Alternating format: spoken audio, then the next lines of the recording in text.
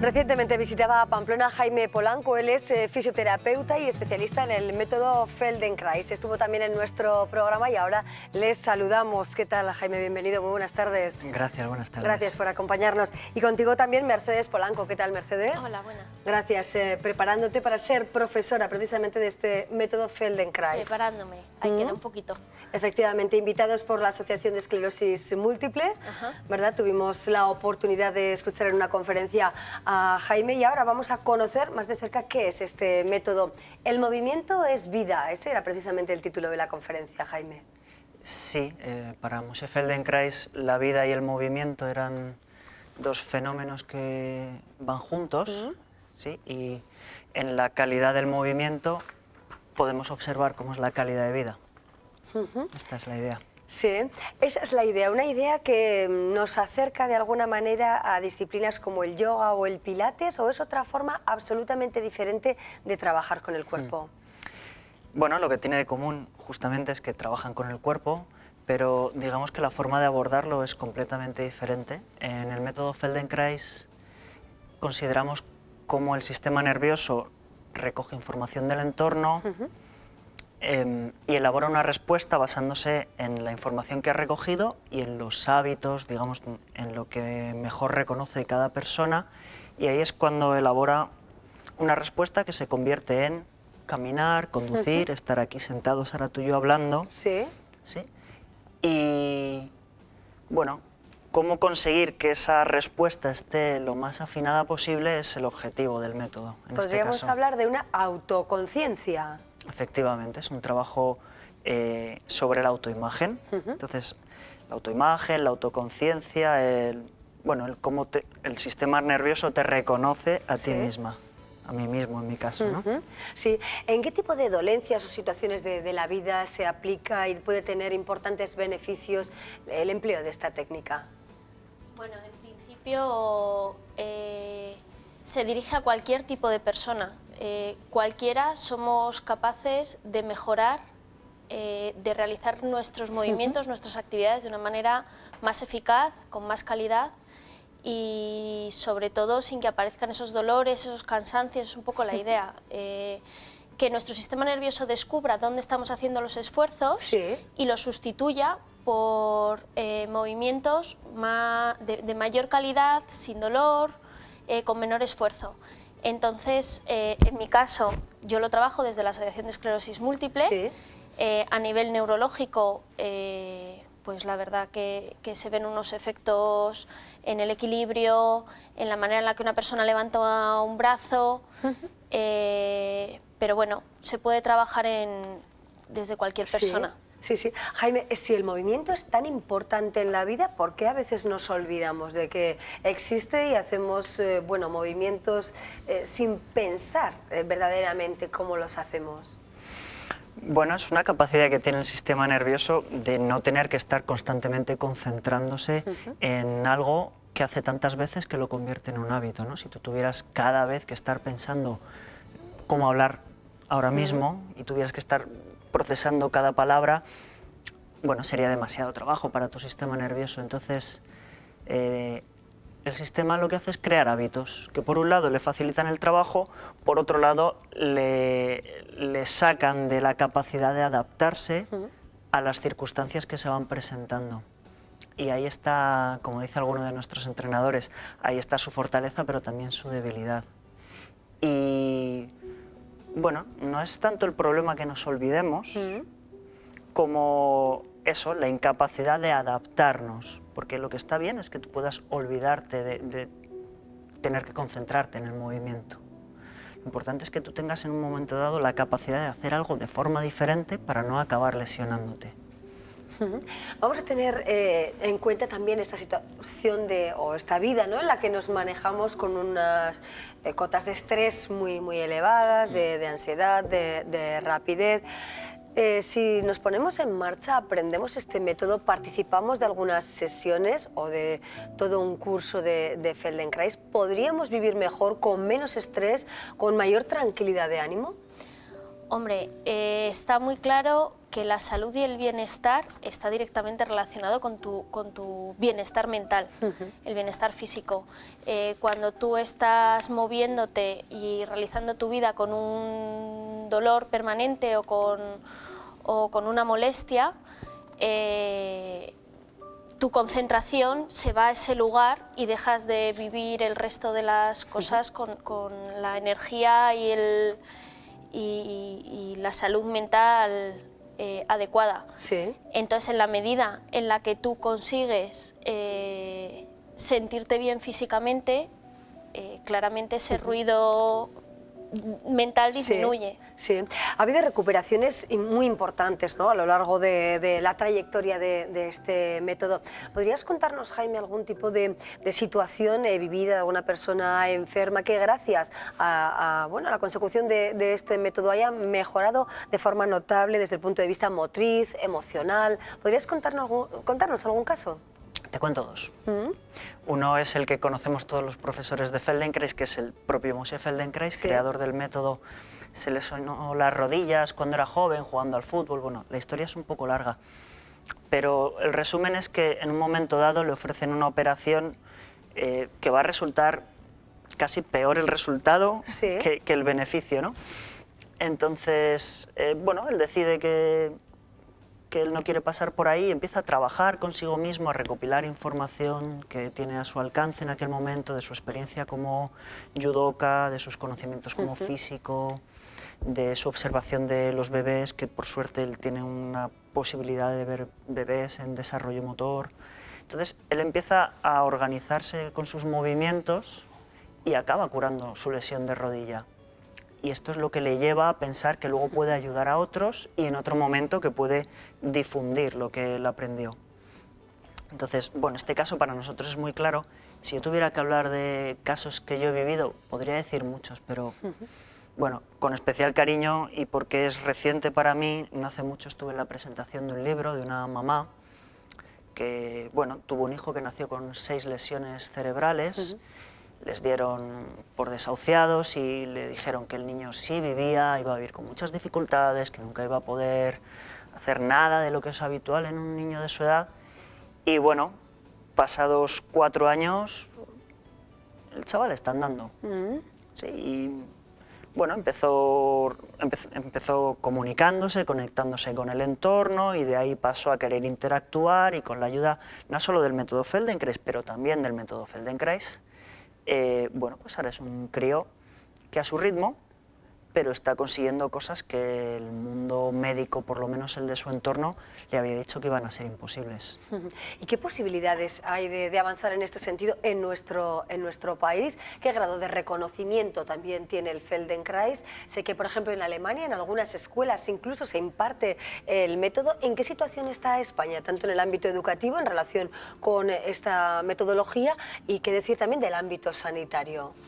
Bueno, pues ahora mismo existen numerosas formaciones en España, existen varias en Barcelona, en Madrid hay por ahora hasta 3 promociones, en San Sebastián ha empezado ahora la segunda promoción, y pues se va dando a conocer poco a poco. Al final estas cosas, pues fuera en Europa, parece en Europa, en Estados Unidos, hay muchos profesionales del método Feldenkrais, pero aquí al final funciona un poco por el boca a boca.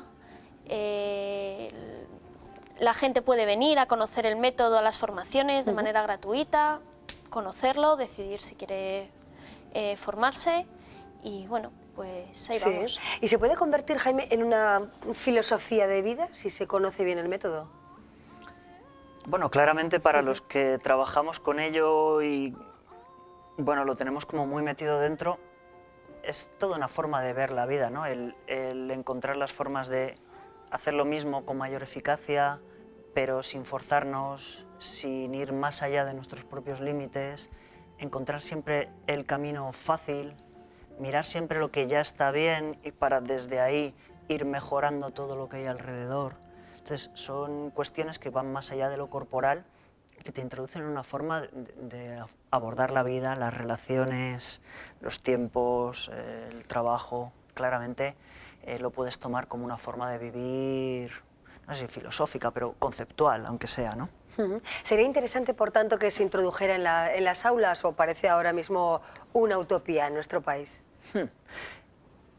Por desgracia, en nuestro país voy a decir que parece una utopía, pero el método Feldenkrais no se considera un método terapéutico, se considera un método educativo. De hecho, los que lo aplicamos no nos decimos terapeutas Feldenkrais, nos decimos profesores de Feldenkrais, porque lo que queremos es que la persona que trabaja con nosotros aprenda algo.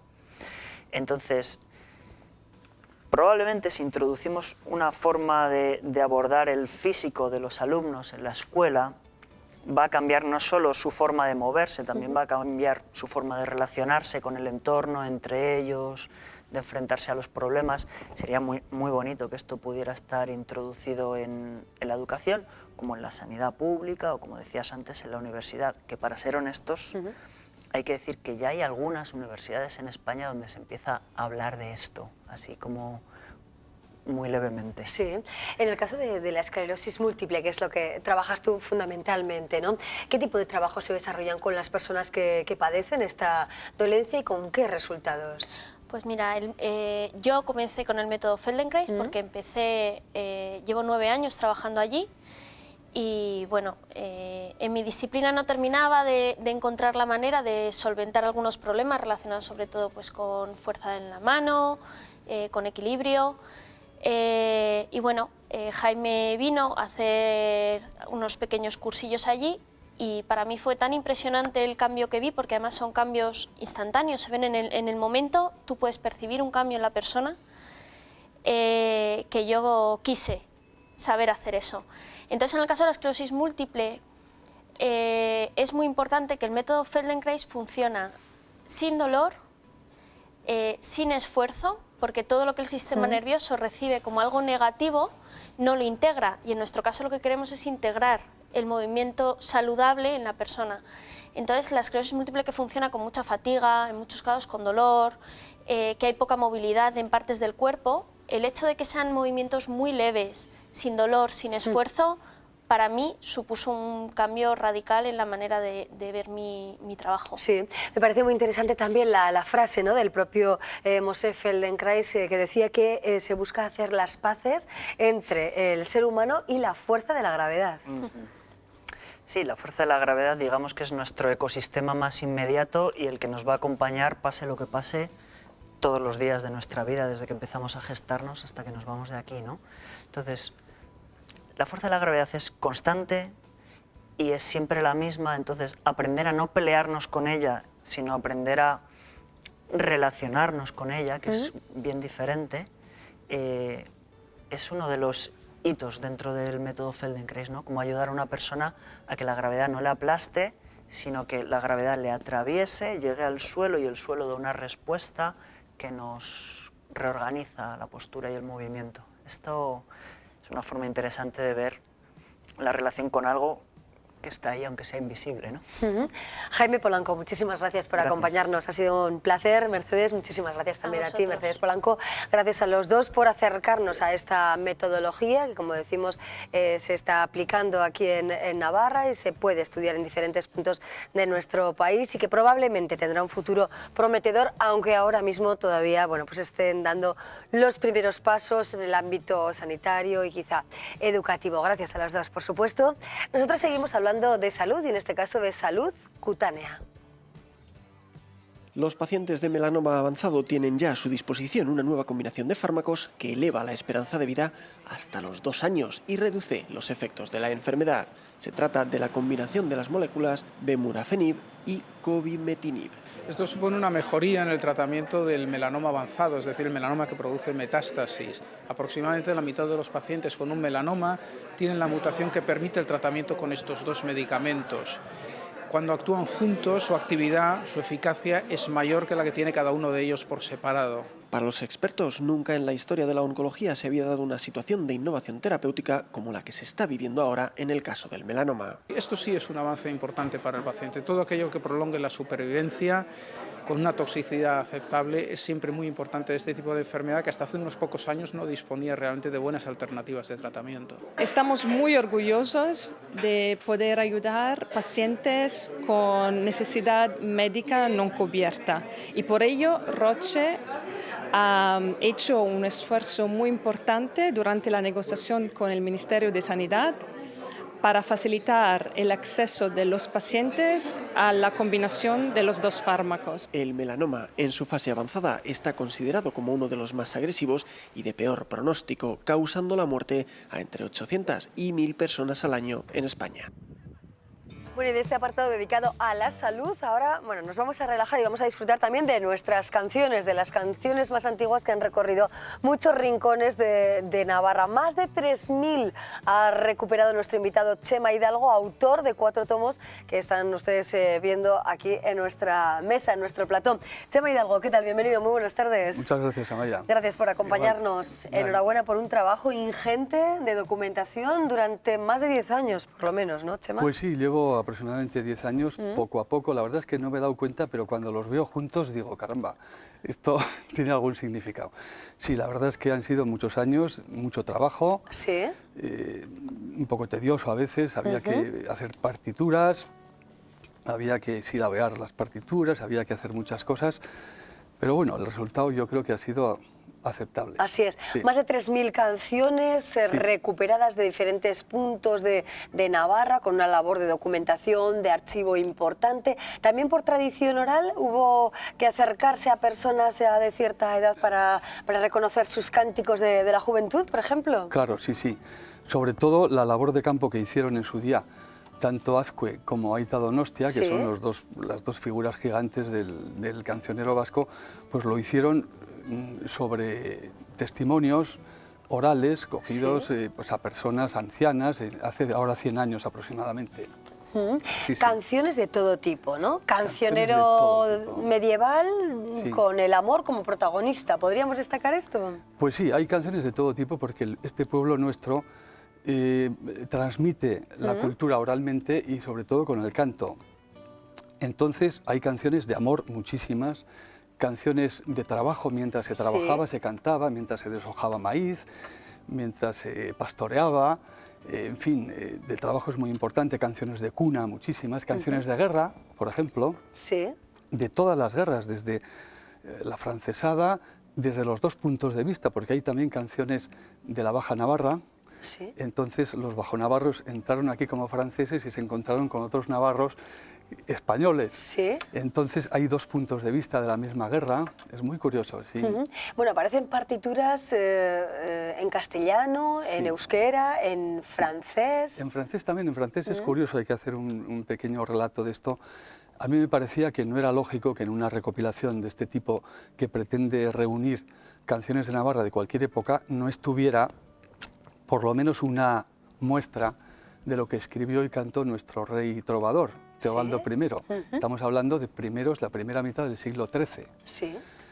Él había nacido en Francia, era hijo de los condes de Champagne, pero también de Blanca de Navarra, y rey de Navarra, por eso era nuestro también. Y bueno, pues he recogido 65 canciones. Sí. ¿Y las canciones de cruzadas? Chema? Canciones de cruzada, sí, él Teobaldo I, asistió a una cruzada. Entonces, bueno, pues hace relatos de la cruzada, en fin, con otros cantantes, porque muchas veces eran debates que se originaban, o sea, sobre un tema, él cantaba, le respondía a otro, él contestaba otra vez, muy curioso. Bueno, esta labor de recuperación, ¿con qué objetivo se hace, ¿no? Este Ya. trabajo ingente es mostrar quizá a los más jóvenes, a las nuevas generaciones, cómo ha sido nuestro recorrido histórico también a través de la música, a través de, Claro. de la voz expresada. Claro, tienes toda la razón. Mira, en un pueblo que canta tanto, todos los acontecimientos están expresados y entonces toda la vida de Navarra, digamos que se ha quedado apresada, está visible en los textos de las canciones. Entonces se trataba de mostrar al pueblo de Navarra cuál es su identidad auténtica, Sí. porque es que esto estaba casi debajo de la tierra. O sea, prácticamente nadie conocía la existencia de tanto material. 3.000 canciones, Sí, es que son muchísimas. claro. ¿Hay pueblos que destacan frente a otros, Sí. por ejemplo, en la recopilación de sus canciones, en el hecho de que fueran, bueno, pues quizá más cantores que en otras localidades? ¿Dónde abundan más las canciones? Vamos a ver, hay canciones en todos los valles de Navarra, sobre todo de Pamplona hacia arriba, pero es evidente que el Baztán, por ejemplo, destaca, y un pueblo, aparte del Baztán, un pueblo ahí muy característico cantando y bailando, que Sí. es Luzaide, Valcarlos.